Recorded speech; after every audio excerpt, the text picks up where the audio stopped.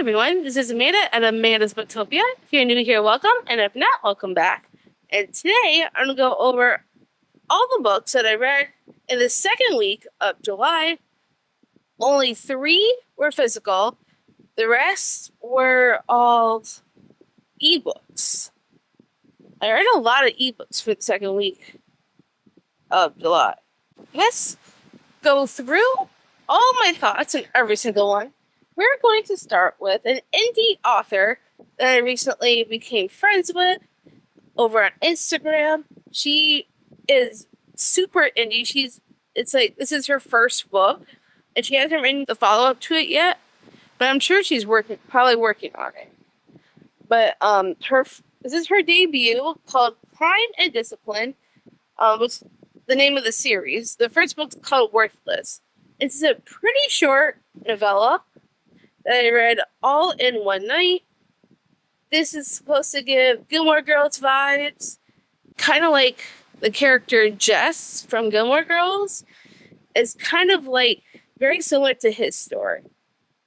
So we're following Zach, who is originally from New York, and he has to move out of his mom's house to go to his dad's, just so he could try and learn discipline, because he is not doing very well in school and in life, and he's got into a lot of trouble with cops. So basically, he's trying to learn how to be a better person and stay out of trouble, just like Jess from Gilmore Girls. So that was a very interesting way of redoing Gilmore Girls, but in a different way, because we're focusing on the bad guy. Well, not necessarily the bad guy, but the misunderstood person, which is a little bit different from Gilmore Girls. But I did enjoy the story. I am not going to talk anything about grammar or sentence structure or anything like that, because I'm not an editor, so I don't want to tell her how to format her book. So if she wants to change anything in that department, I'm sure she'll find somebody to help her. But I'm only going to be going over the story alone, not any other things with the grammar and all that other stuff. Just focusing on the plot points and the characters. So I thought this was a very interesting take on Gilmore Girls, and I did like it. I didn't absolutely love it, only because I wanted a little bit more depth from the characters. I wanted to know more about their thoughts and feelings, and I wanted some more description, not just of the characters, but of their surroundings, and a little bit more what are more of their motivations, and why is everything going this way, instead of just saying it from, she does write from like more than one perspective, which I thought was good. But I think maybe if we get a little bit more description, it might have helped the story a little bit more. But overall, it was very enjoyable. Give it a solid 3 stars. I'm sure she'll do a great job with the rest of the series.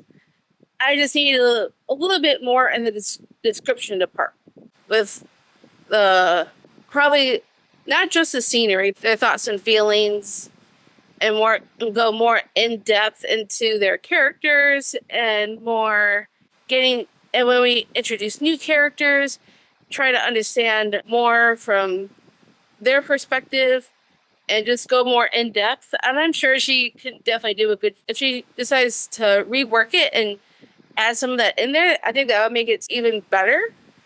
But it was very enjoyable. So solid 3 stars. I would continue the series just to see where it goes from here.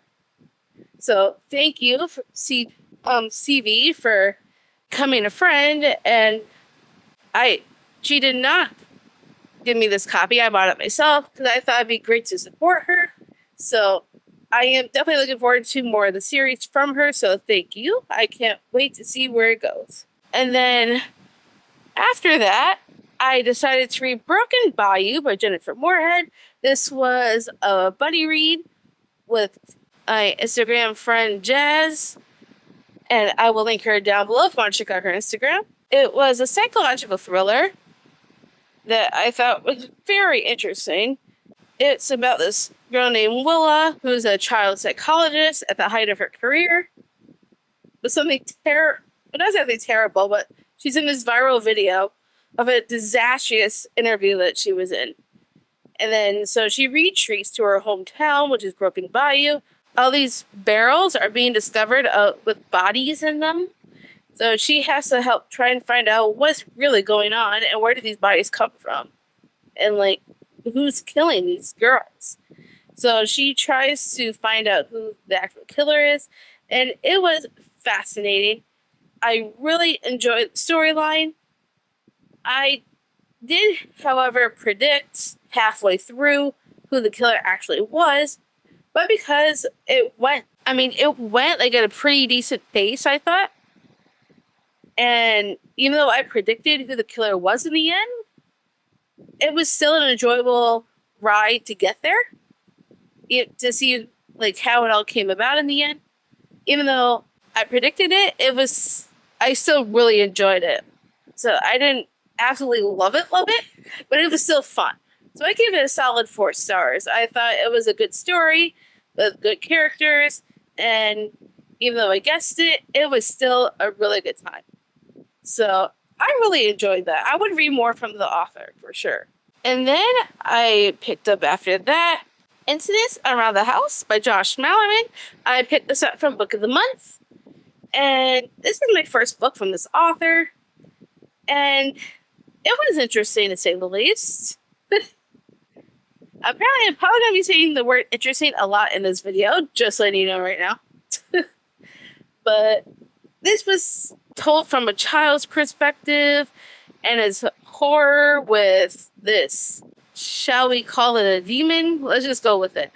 And it was a little bit odd that there's no actual dialogue. I mean, people talk in this book, but there's no quotation marks, so you know who's speaking at what time.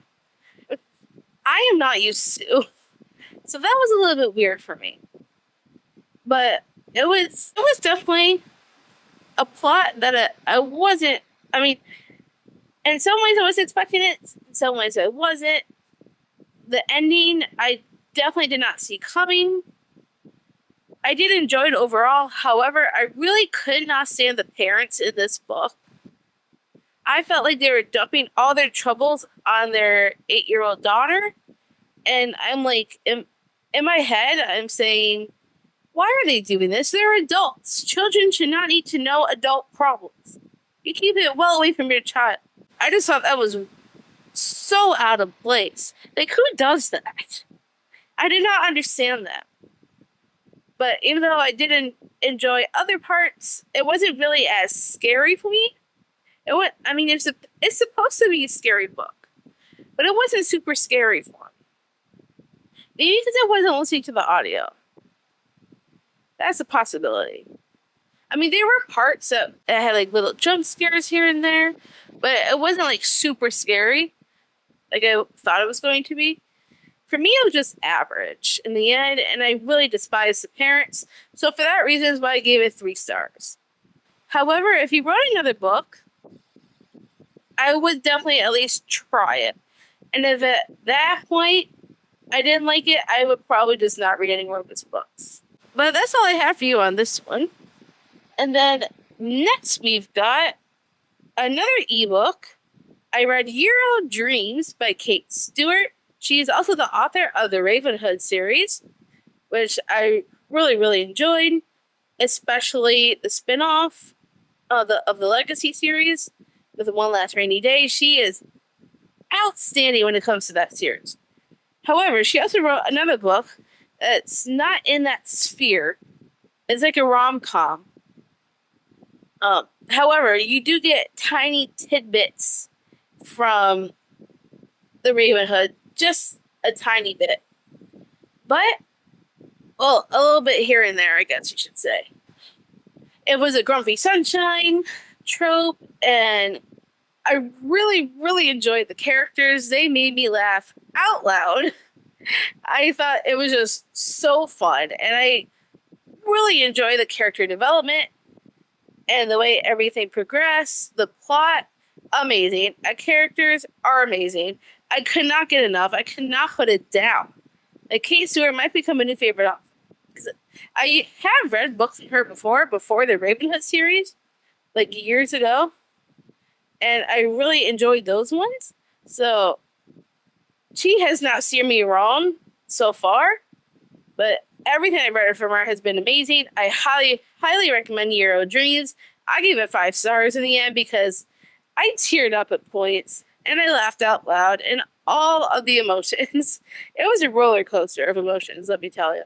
It was so good. And I cannot wait to see what Kate Stewart comes up with next. I will definitely be reading. And then the next book I read after that was The Nature of Witches by Rachel Griffin. And a lot of people really love this book. However, I didn't love it. I had a hard time connecting with the characters in this one. Like, it's supposed to be where this girl, Clara, is an Everwitch. And she has magic from all 4 seasons. So she has to help contain the seasons and make sure everything's going right with the magic.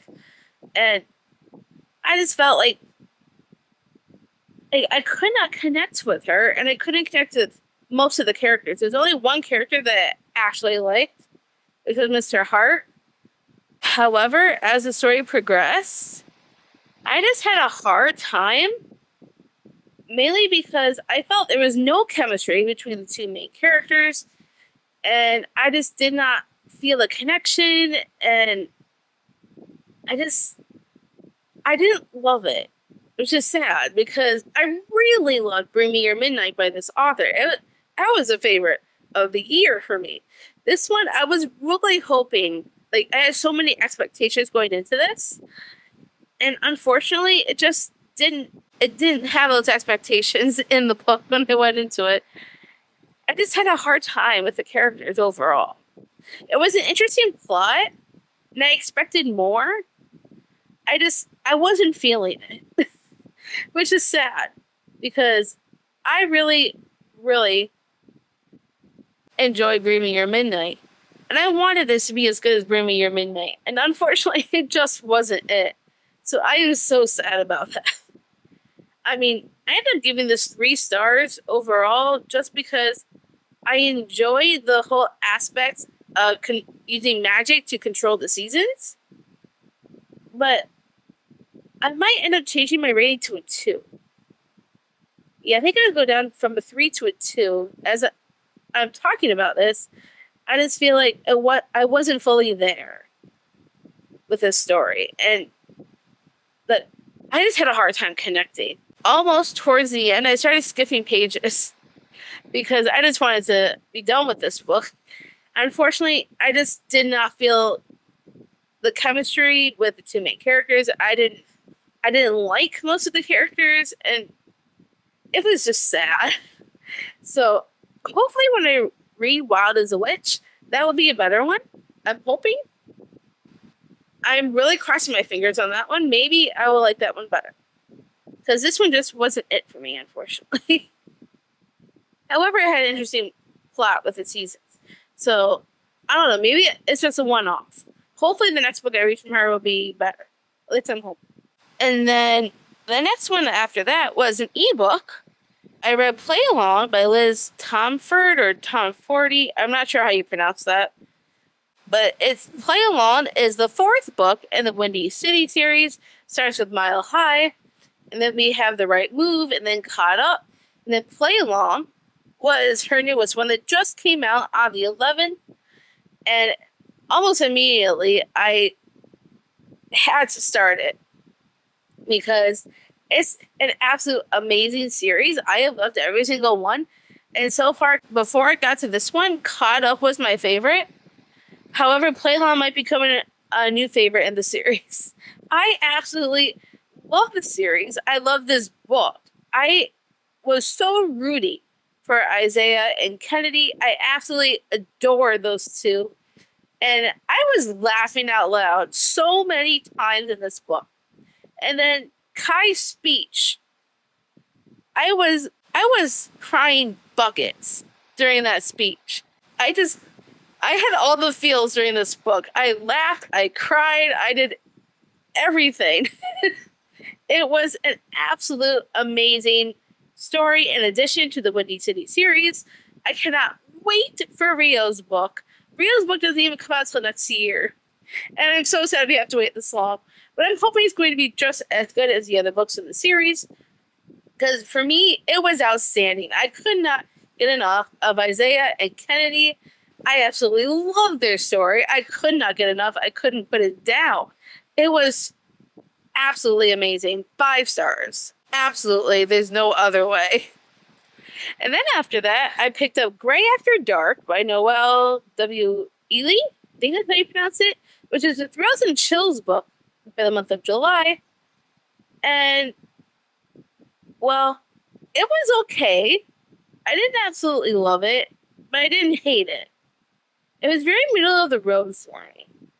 It was an interesting story, and the captivity part was interesting, to say the least.